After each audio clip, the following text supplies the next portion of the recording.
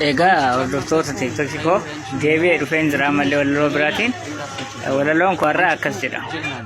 Dadhabbiin koo guyyaa sanaa imimmaan koo siif lolaase siif jechan duwwatta hafee karoora koo kolaase firan qabdu onneen kan koo si godhattee turte fira dhufuu kan kee quban qabu si eegumattan jira.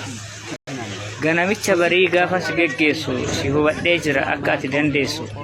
Ati na caala of jajjabeessitu akka ati gorsitee na qabbaneessitu sirritti hubadheera haala keettu hima anaaf akkas gochuun hedduu natti cima kana caalaa yaada keetiin dhibamee himachuurra si dhiiseetan obbaafadha tiraasii koom boraafadha kee qofa moodeessuun qarree moo nan ijatu nan agarre maaliif akkas natti jabaattaa kee adda moo dama baata?